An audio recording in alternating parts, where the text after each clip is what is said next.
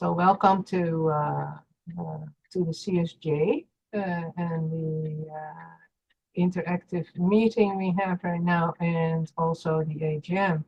And do understand that not everything expressed by contributors are those of the CSJ. That might be, but not necessarily so. The meeting is being recorded. I already told you that. And today's meeting, Saturday, June 1st, 2024, features Youth Climate Corps Juan Vargas, who is going to talk about, and there will be more of an intro in a minute. And then we have a Q&A, and after a short break, we will have the annual general meeting. And suggestions for speakers and topics for the future of webinars are always welcome. Today's team of co-hosts are members of the CSJ board, and we have still 3 places available for people to join this wonderful team. It's always a pleasure to work with everybody. So right now we have the traditional Unitarian Chalice lighting. Joy, take it away. Being inside someone's community, be it cultural, social, spiritual, environmental, and so on, knowing someone's life path and holding their joy, their struggle, their grief is a spiritual act. May our chalice represent those spiritual acts and remind us when we're not with the flame that it's what we understand of what I have said be in our hearts, our minds, our souls, that we can enter into other people's life path by our kind interest in them. So may it be.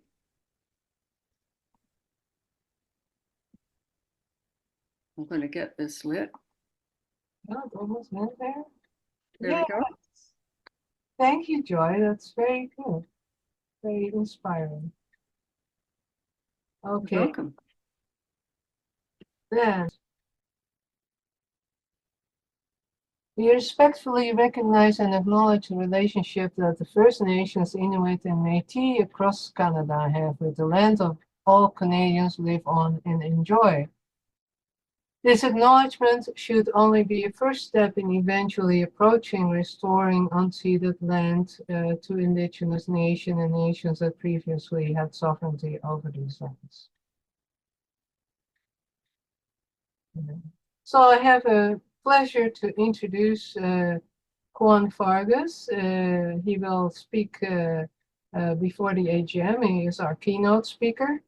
And he will talk about the campaign for a Youth Climate Corps, and the campaign is gaining momentum by demanding a real mobilization on climate.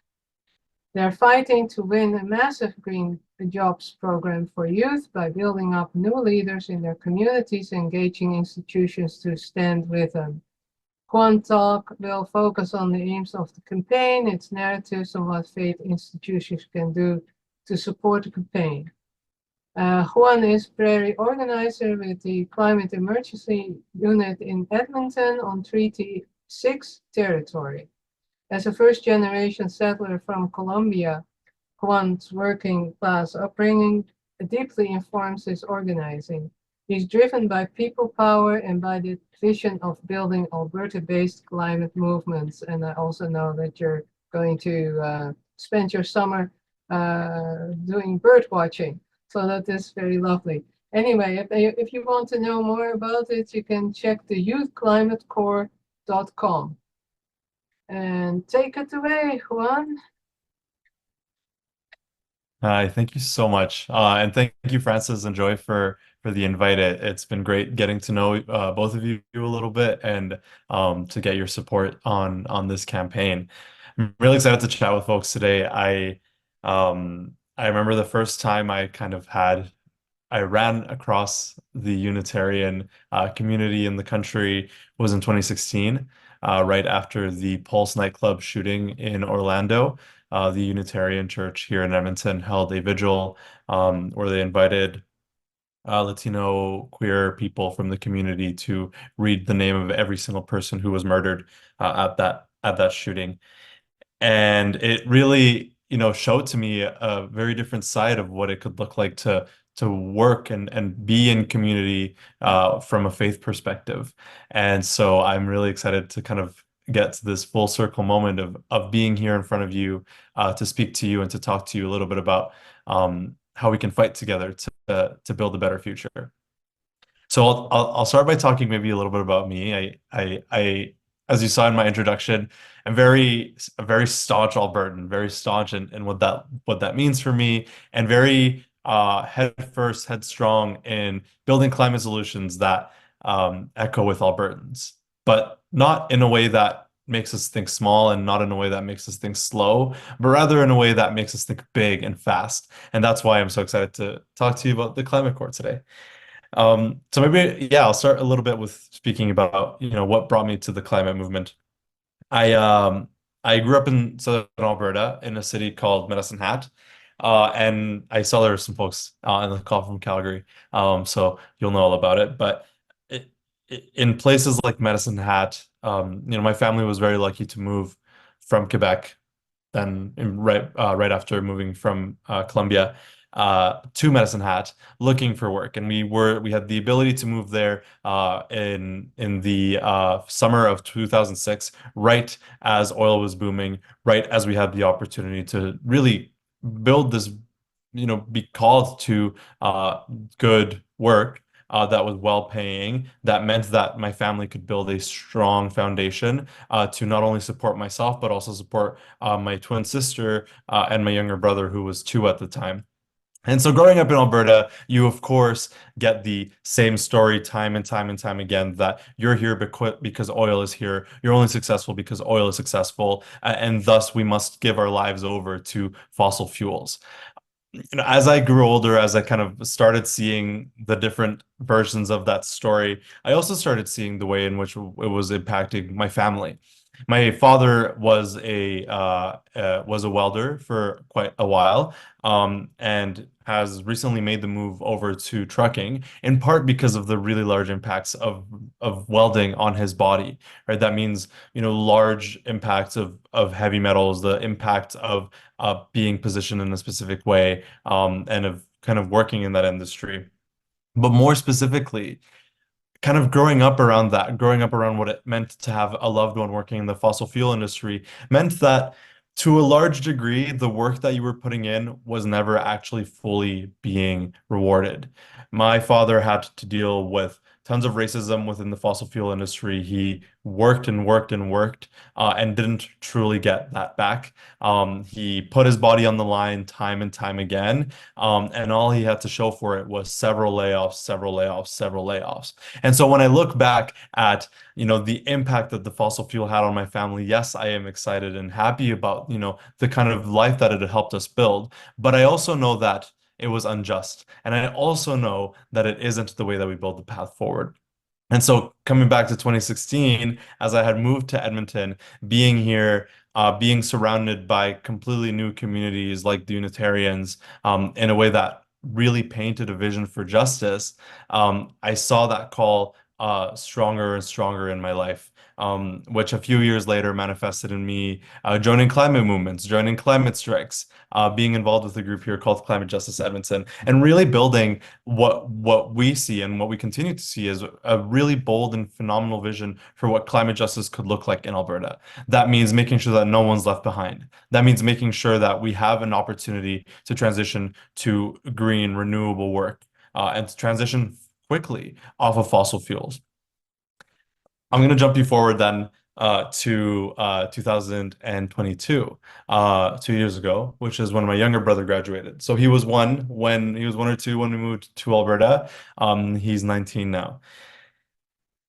A lot has changed, of course. We had the ability to move here in 2006, immediately followed by a crash. In 2015, when I moved to Edmonton for school, my father was laid off. And of course, in 2020, we all started dealing with the pandemic and the impacts of the pandemic. So my younger brother had to finish his schooling entirely online, but luckily was able to have a high school graduation that was in person and that was not online. And I remember being there and listening all around me. It was clear that this class, this graduating class, had gone through a lot, and it had built really strong bonds as a cohort of young people who had gone through truly the unprecedented, as we all tend to do every day now. And I stood there listening to other people talking, listening to younger people talking about what they were planning on doing after they graduated. And of course, not knowing what you're going to do after graduating has been a problem for as long as people have been graduating. But there was a different feeling in the air on that day. There was a lot of shrugs, there was a lot of I don't knows, but I also felt a lot of defeat, a lot of insecurity in what the future looked like for people who, you know, were part of families who were also involved in the fossil fuel sector. Alberta, for the longest time, has had a promise that you just go work in the oil patch and then you're set for 5 years, 10 years. Maybe you're just planning on doing it for 2 years, but oftentimes that leads to 10, 20 plus years in that industry. That promise is falling apart.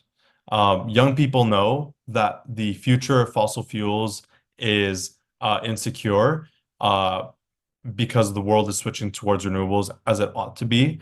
Young people know that when they do work in fossil fuels, while they might be making good money, that doesn't always translate into better conditions. That doesn't always translate into meaningful work. And it doesn't always translate into making sure that your loved ones are being cared for or that you even have the future that you need.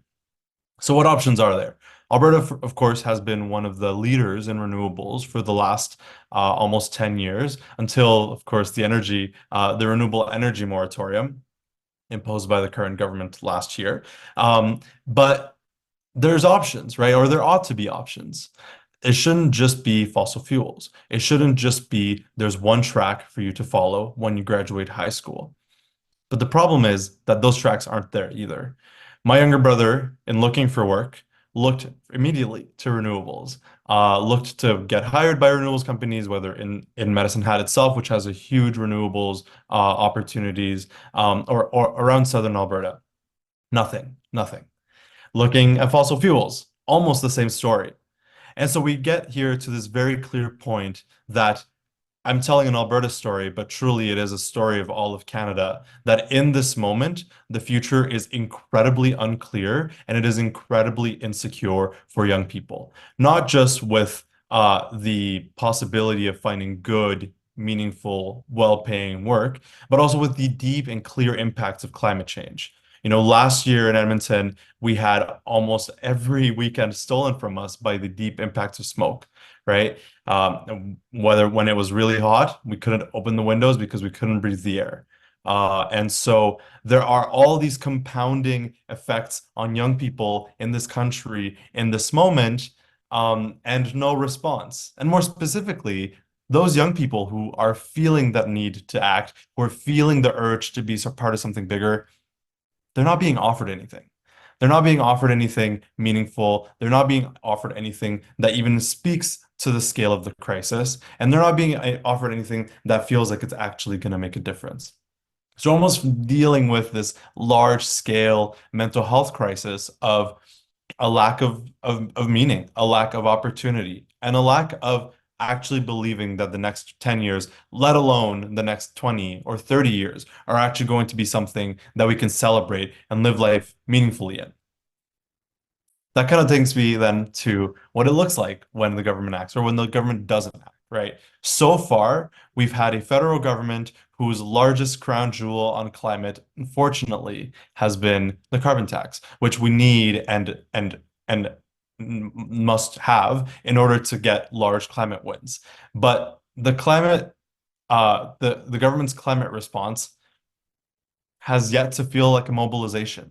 right? We have thousands of people, not just young people, thousands, if not hundreds of thousands of people, if not millions of people around the country who are saying loud and clear they want action on climate change. They know that their municipalities aren't doing enough on climate change. They know that their provinces aren't doing enough on climate change. And they know that their federal government isn't doing enough on climate change. Instead, we incentivize change, we think small, and we set long-term goals, right? Goals of 2050, goals of 2035. But few of these actions, few of these goals actually speak to the issue of the now and the here, right? When so many people are looking for meaningful work to support their communities, when so many people are looking to even just adapt to the already locked in impacts of climate change. Young people, despite the fact that they're not getting a mobilization, are primed for mobilization, right? Hundreds of thousands of us have mobilized around climate. Hundreds of thousands of us have taken larger action than ever before. And yet, nothing all that meaningful has been given to us. Introducing then the Climate Corps, which I will introduce to you with a little video. So I'm just going to share my screen.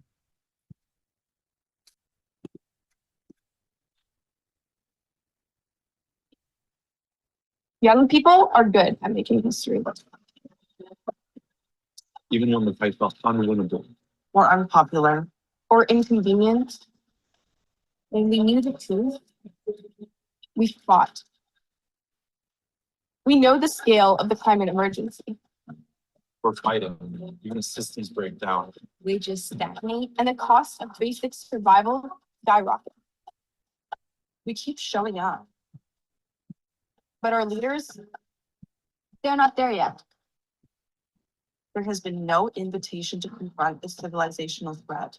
No public programs to use our talent and energies. We're told only to wait, quietly, if we don't mind. But we're not waiting anymore. It starts With the Youth Climate Corps. It's time for a brash and transformative new public program. One that puts thousands of young people to work, reducing greenhouse gas emissions and strengthening communities. building new renewable energy projects. Protecting biodiversity, retrofitting our buildings so we can live in dignity and safety and take care of each other as we face the unprecedented. We deserve nothing less than good green work A living wage, and access to union representation. a program that places Indigenous knowledge and self-determination at its heart. A program that invests in equity and making the future of work one in which we can all see ourselves. A program that provides a pathway to continuing education and a career confronting the climate crisis. And a program that can say to every person under 35, if you understand that we face a climate emergency and you want to meet this generational challenge now, then we have a place for you. No one will be turned away because we've tried our hand at making history. Now we're ready to defend our future. How will we win? Organize, advocate. Vote. Join the movement for a youth climate corps. ClimateEmergencyUnit.ca/Climate Corps. So the Climate Corps. That is, when we speak about this kind of crisis of climate and of youth being underwhelmed with the future that's being built for them, we say, let us build that future. Let us be part of what our communities need. And so that's the demand that we've been building on for the last year and a half, which is to build the program to get young people directly working within those jobs. Not compulsory work, but attractive work. Work that says to every young Canadian, if you're ready to do this work, if you're ready to fight the climate crisis, if you're ready to get your community to where they need to be, join us. We're in a climate emergency, right? We need to think big, we need to think fast. And when we're in an emergency and people are ready to act, why would we want to turn them away? Why would we say to them, wait? Why would we say to them, think smaller, right? When so many people are ready now. So the demand for a youth climate corps is exactly that. It is for a large scale, brand new government program that would employ as many young people as is necessary to work on renewables, to work on conservation, to work on restoration, to work on looking out for people's communities. And that is for us hundreds of thousands, possibly jobs, right, of people involved in union work, restoring their communities, preparing their communities for the climate chaos that we've unfortunately locked in. And so that is the demand that we come with today. The idea that we can actually build new public programs that are a public option for work, and that not just employ people for 4 month terms, but rather employ young people for 2 years at a time, that offer room and board if you have to travel for work, that offer you the opportunity to then follow up that work with apprenticeship hours so you can go and get your diploma, that offer you the funding to get a 4 year degree, whether it is in the exact same field that you worked in or not, right?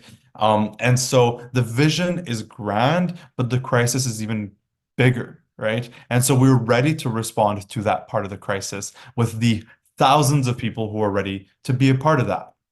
Um, it's been really incredible getting to meet with so many people kind of across the country, across our communities, and what that means. Because even though we often get questions like, well, what would the work look like? Is this too big? What if it's a nonprofit? Everyone's pretty agreed on yes, this has to happen. Yes, this just makes sense, right?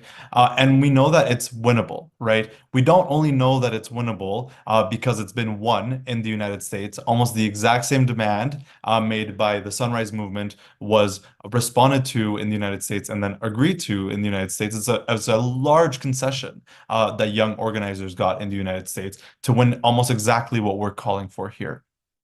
And we're not reinventing the wheel, right? We know that we have the possibility to build strong new public programs, but we also know that when we base them on the victories that we've had in the past, we can win again. So the Youth Climate Corps, of course, kind of takes its inception, takes its idea from the Civilian Conservation Corps, which was a New Deal era work progress administration program, which brought in hundreds of thousands of young men in that case, to work on building new energy infrastructure, on building the new national parks, on building trail systems that are still in use to this day, right? And it wasn't just an incredibly powerful jobs program that did wonders for the economy, that gave people tons of new experience for the work that they were doing. But it also responded what was in that moment to a mental health crisis of thousands of young men who had kind of no direction in life because they were given little opportunities and told them power and meaning comes in community. Power and meaning comes when you fight for people around you. And so we've learned from the lessons of that, of course. We don't want to make it just for men. We especially don't want to make it just for white men, which was almost exclusively what it was in that time. And we also know that to win a youth climate corps, to win meaningful climate action in this country, and to actually turn back the dial on climate change, that Indigenous leadership needs to be front and center. And so we know that there's tons of incredible climate work happening within Indigenous communities, be they through community-based monitoring projects or through Indigenous Guardians projects. We know that that model is also central and working, and it's central to the demand that we're building with the Youth Climate Corps. So we're really excited about what we've been building up over the last few years, over the last year and a half, and we know that we can win this, right? Again, I spoke about the fact that it's been won in the United States, but we also saw a concession from the federal government in this last budget of a commitment to start consultations to eventually create a program. We know that we can only achieve that because of the support and the organizing done by the dozens of young people around the country who were involved with the campaign and the dozens who are yet to come, but also with a lot of the institutions that we've had the ability to get on our side. Before I get too far there, let me show you some of the most exciting numbers and how we know that a Youth Climate Corps can win. So I'm going to share my screen again without starting the video. Um, so in the last fall, we were able to do a little bit of polling, which at the moment I thought it's too early, not enough people know about this. Let's wait to kind of get going again. And we asked a few questions, right? We gave people a preamble that showed them what is a youth climate corps, here's how it would function. It would be long, 2-year terms, it would be living wages, it would be all these different aspects of what I've had the chance to speak about. And then we asked them, do you support this program being created? And then for the people who were in our age range, 18 to 35, we asked them, well, how likely are you to enroll in a youth climate corps? And of course, an overwhelming amount of young people said they would consider it or they definitely would. Um, let's focus on the 15% of definitely would here, because I could speak forever about the other two. But this 15%, if you think about, how many young people there are in this country, if 15% of young people between 18 and 35 were to enroll in a youth climate corps, we would have a youth climate corps workforce of about 1.3 million people. That's 1.3 million people who are ready to be doing this kind of work, who are ready to fight for their communities in a way that makes sure that we're responding to the climate crisis, but also preparing ourselves for what's to come. I'm not even touching the probably would and the would consider. Those numbers just jump astronomically higher than that 1.3 million. But even starting with the 1.3 million, what that would mean for communities around the country, what that would mean for that kind of support, and what would it mean as a signal that this country is finally ready to treat the climate emergency like the crisis that it is, not as something that we are going to incentivize ourselves out of, but rather as something that already has solutions in every single community, but what it doesn't have is the workforce. What it doesn't have is the support, and what it doesn't have is the infrastructure. Youth Climate Corps could change that very rapidly. I'm going to show you another page from our polling, which broke that same question down by province. So there's a lot of lines here, but I'll share with you the ones that to me are the most exciting, and I'll tell you what I think that means. So I'll point you first to the Alberta region, which even though it has the second smallest definitely would of people who definitely would enroll in a youth climate corps, it has that's almost the highest amount of people who definitely would consider it. And in fact, the same goes for the rest of the prairie regions and Atlantic Canada, right? If you kind of bring those three regions together, or you bring the prairies and Atlantic Canada together, overwhelmingly, young people in this province definitely would consider being part of a program, or just want that program to exist. And to me, that is in part, it's not shocking, right? Because I live here and I know that there's that need to be involved within that kind of work. So it's not surprising. But it is affirming, right? It is affirming in kind of combating this story that all that young people want in this province is to drill, baby, drill. No. What young people want in this province is an opportunity to actually be part of something bigger. They want to be able to say, I am helping power my communities. I'm helping to build the future of what it looks like to fight for my communities in these provinces. But someone also pointed out recently to me that the prairies in Atlantic Canada are the provinces with the highest rate of enlistment in the military. And that has kind of spoken as well to another part of what we talked about when we talk about the Youth Climate Corps, which is that a youth climate corps, of course, is an opportunity to work, to get meaningful work, to get living wages, to get the training that you need to actually build a strong career, regardless of whether or not it's in what you work in within a youth climate corps. But a youth climate corps is also an invitation to serve. It's an invitation to serve your communities, to support them, to protect them, and to transform them, right? It's an opportunity, almost a new vocation for young people to find purpose, not just in supporting those around them, but it is also an opportunity to find purpose in service. And I find that incredibly inspiring, incredibly exciting in the way in which we think about what young people are prepared to do in this moment. And I see a really beautiful link between what it looks like being called to serve between something like a youth climate corps and of course faith groups of people who are called to serve their communities in really deep ways. And so a youth climate corps isn't just an opportunity to transform the way that young people get to live in this province and by extension, the way in which their communities get to live.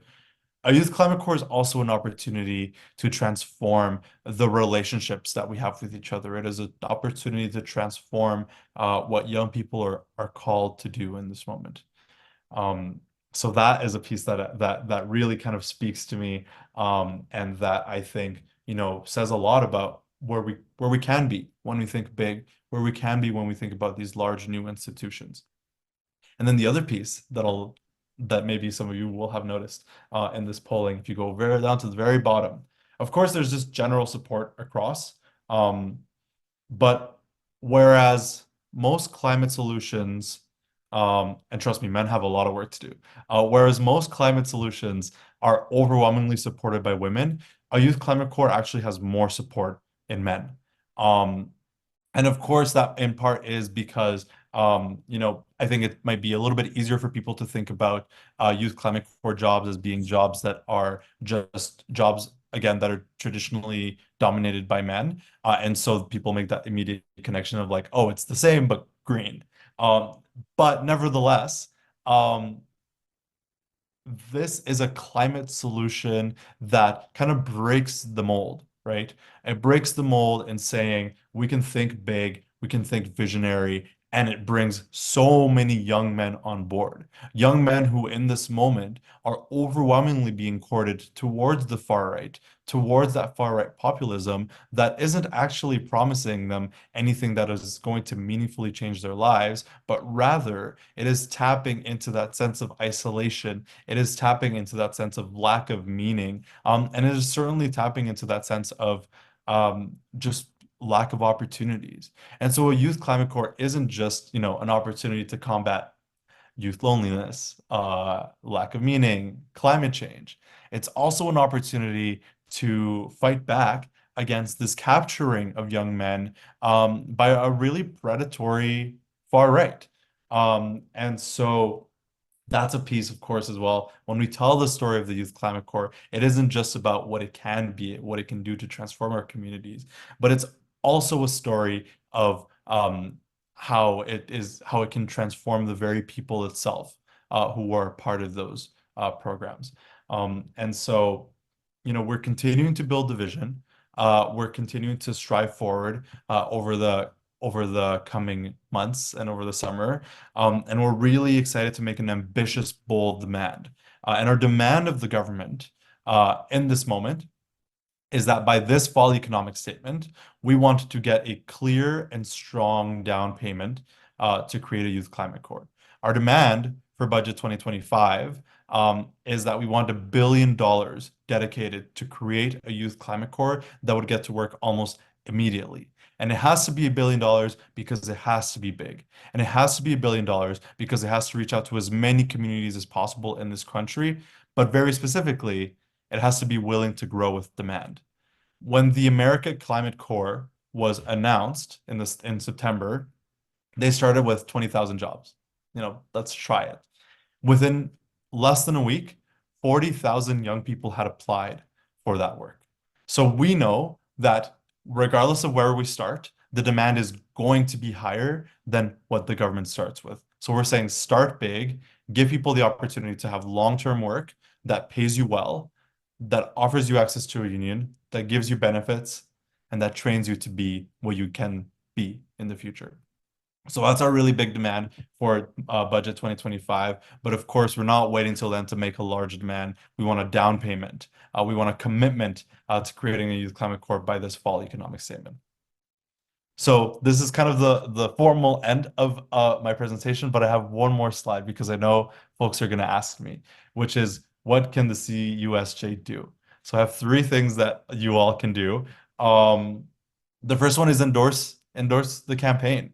That's a really big part of the work that we're doing, because we know that, we want to get young people out there organizing their communities, but we also want the institutions that they're a part of, or the institutions that are supportive of a youth climate corps, to also say, we support this, we want a youth climate corps in our community. And faith communities are a really big part of that. And I think, the link between what it means to serve is really central for me there. So I'm going to send a link to a website in a second. Actually, I'll do that now. Where you can find all the information that you need to endorse the campaign itself. So I'm just going to share it here. And actually, I noticed earlier the link that was sent, that was put in the bio, was the wrong link. So the link that we're using for the campaign is Good Green Jobs for All. But this is the website that you're going to be able to go to. So individually, what I really recommend is, it would be really great to have CUSJ support the campaign officially, and you'll find all the information that you need in there to do it. But a second step beyond that is bringing that endorsement to your congregations. So whether you are in Coquitlam or Calgary or Toronto, bring it to your congregations, get your congregations to, as a whole, say, we want to support this. A step below that is bringing it to the Canadian Unitarian Council. Get the entity as a whole to endorse the call for a youth climate corps, to endorse the vision that we're bringing. And then a step below that, if you're like, I want to do more, which I'll very much welcome you to do, is if any of you are involved with a local interfaith council, is to bring it there, right? There's a really great opportunity to begin this kind of wave of endorsement at the Unitarian level, but we don't want it to just stop there, right? Because we know that we have an opportunity to transform not just the relationship that young people have with the faith institutions in their communities, but we also know that there is the potential for some really phenomenal relationships here between faith communities and what a youth climate corps could be, right? And so maybe I'll leave it at that. I really want to thank you all so much for the invite. I'm really excited to talk about what it looks like to transform our communities in service, in whatever way that might look like. And I'd love to take your questions. So thank you again very much. It's very interesting and very inspiring, really. Gary. Kind of slightly different than what you were talking about, except at the beginning about when you spoke of all the kind of the depressed young people in this country. In the Toronto Star today, there is a story of a Colombian family who had immigrated to Canada and are now thinking of going back, because in Colombia, they find the people happier. And I'm wondering if the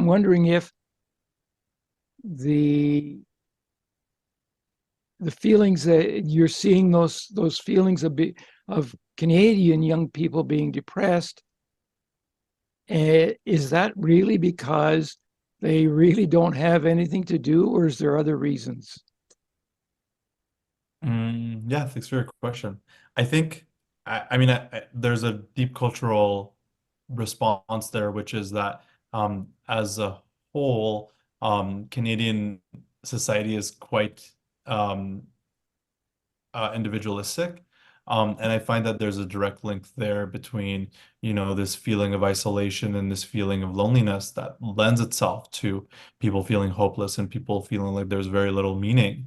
And so I wouldn't attribute it exclusively to that, of course, but I do find that there's just that whole sense of isolation that is in part because, young people aren't finding meaning in work or meaningful work, but in part also just to the fact that a lot of our communities have really been interrupted or even disrupted in the last few years, right?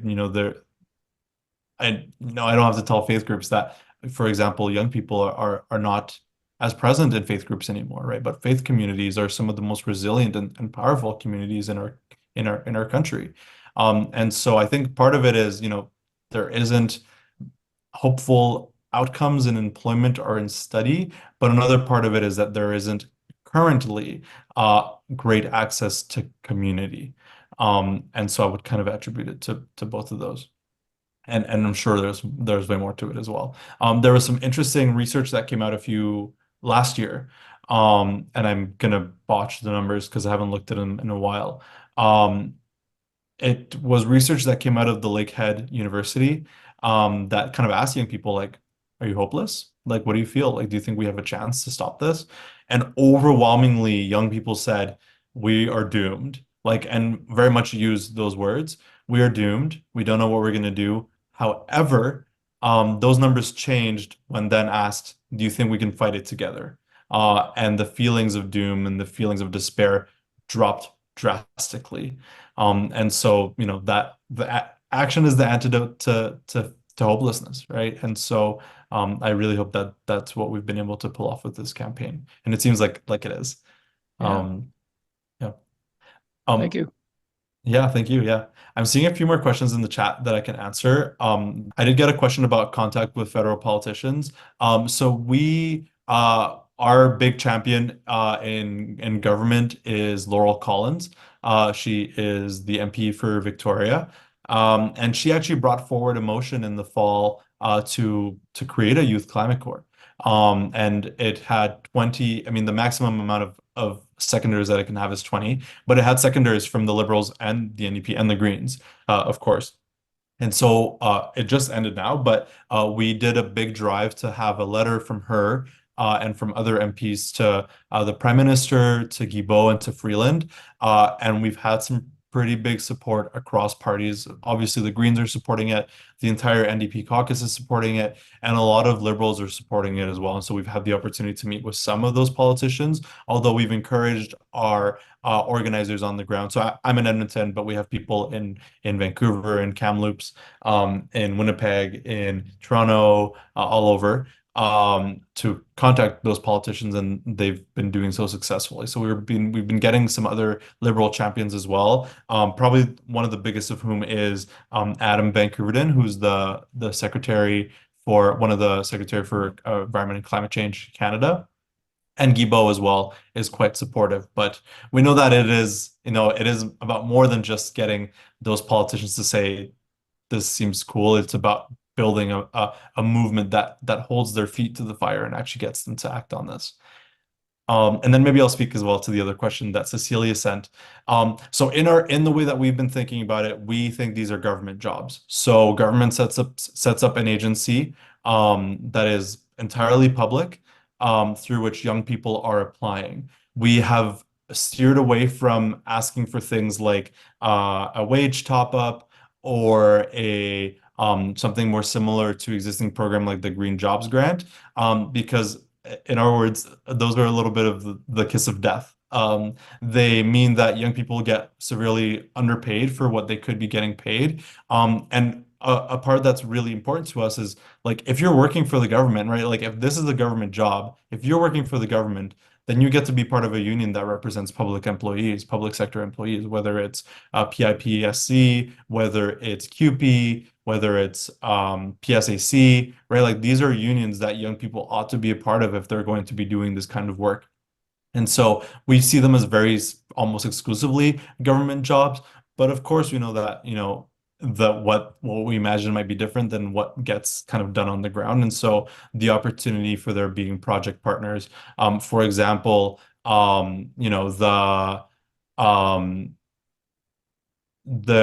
many of you will see if you look up Youth Climate Corps, is a program in British Columbia called Youth Climate Corps that, kind of funnily enough, popped up around the same time as we started our campaign. And we work really closely with them, but they are a nonprofit. And they offer people kind of the opportunity for the same kinds of work that we want. But they're also asking the same thing of the BC government, which is take us over, right? Like, make this a provincial program. We can be your program delivery partners, but we want this to be a public option for work. And so Yeah, that could very largely be what it could be. We really don't want this to just become another nonprofit because of the large because we want it to be the speed and scale that we need. Um, and and as tough as it is, and as slow as government often is, like government truly is the only body that can do this at the speed and scale necessary. Okay, then the next question is from Ati in the chat. Can you see that, Juan? Yeah, I can. I won't touch too much on this because the current moment that we're building just like community support, and we're going to take the opportunity to kind of take a look at where we're at the end of the summer, and kind of work with our organizers around what those strategies look like. But we certainly know that, a fight like this demands various kind of go arounds at the demand. It seems like we're building a lot of support. Um, but we know that power concedes nothing without a demand, and so building up that demand over time is going to be really central to the work that we do. I don't have a clear answer for you yet because we're building it up basically, but we're really excited to win this, and we're not going to take no for an answer. Okay, any other questions? I would have a question. One, are there published talking points we can take besides this video of what you've said today and the data that you presented? Yeah, most of it is going to be so we have like in the endorsements folder that I shared, we kind of have the vision, the like whereas be it so, and those are the main ones that we're getting our like endorsement groups to work with. But if you go throughout the website, that'll have basically all of it. We don't have like any like go-to flyers or anything like that, if that's what you're asking. Although I could probably find them. We have some for like people canvassing, but we don't have any for those institutions. Okay. So, I'm excited about saying to my MP, please watch this. I'll sit with you while you watch it. He's my friend as well, so he lives near me, and I will do that. But a lot of people don't have that kind of access. And so anything that we can get off the website, your website, will be really helpful to, letters that we can write, examples, and so on. And I think you've just answered my question. So thank you. Yeah, definitely. And we're not focusing too much on letters at this moment because we just did a round of those letters for the MP letters. Right now, what we are focusing on is just our on-the-ground organizers and our different chapters are just going to be canvassing throughout the summer. They're going to be hosting community events. And then at the end of the summer, we're going to be hosting a day of action where we do ground murals across the country, kind of showing the vision of what a youth climate corps could look like in people's communities. So I'm happy to like if Ellen, if you're able to share like even emails of people who are interested with me after, or I could even encourage folks to sign up to our newsletter. I know some of you are already, but this will have a bunch of the updates for you over the summer. Thank you. So Juan, while I've got us on the screen, I'd just like to ask you, is there enough there, like, can we show that video that you showed and maybe take it to a community association or something like that to spread the word in our community? Yeah, you're more than welcome. I'll share with you the page for that. We're kind of split across two pages right now because we found a lot of success in just building a new website for the campaign. But I'll share with you the YouTube link. Just give me 1 second because it's going to start making sound. And actually, you can also share it with me, and we will put it in a Just News Express sent out to everybody. How about that? Is that That's good, great. Francis? Yeah, good. Okay. So now I see another question by Gary. Yeah, it's not really a question, it's a comment. I think $1 billion is too little. to me, it should be equivalent to the military and the diplomatic corps. I mean, this issue is how do we keep our people and our country safe, and how do we help? How do we interact with other countries around the world to do similar kind of work? Yeah. Listen, I'll definitely agree to that.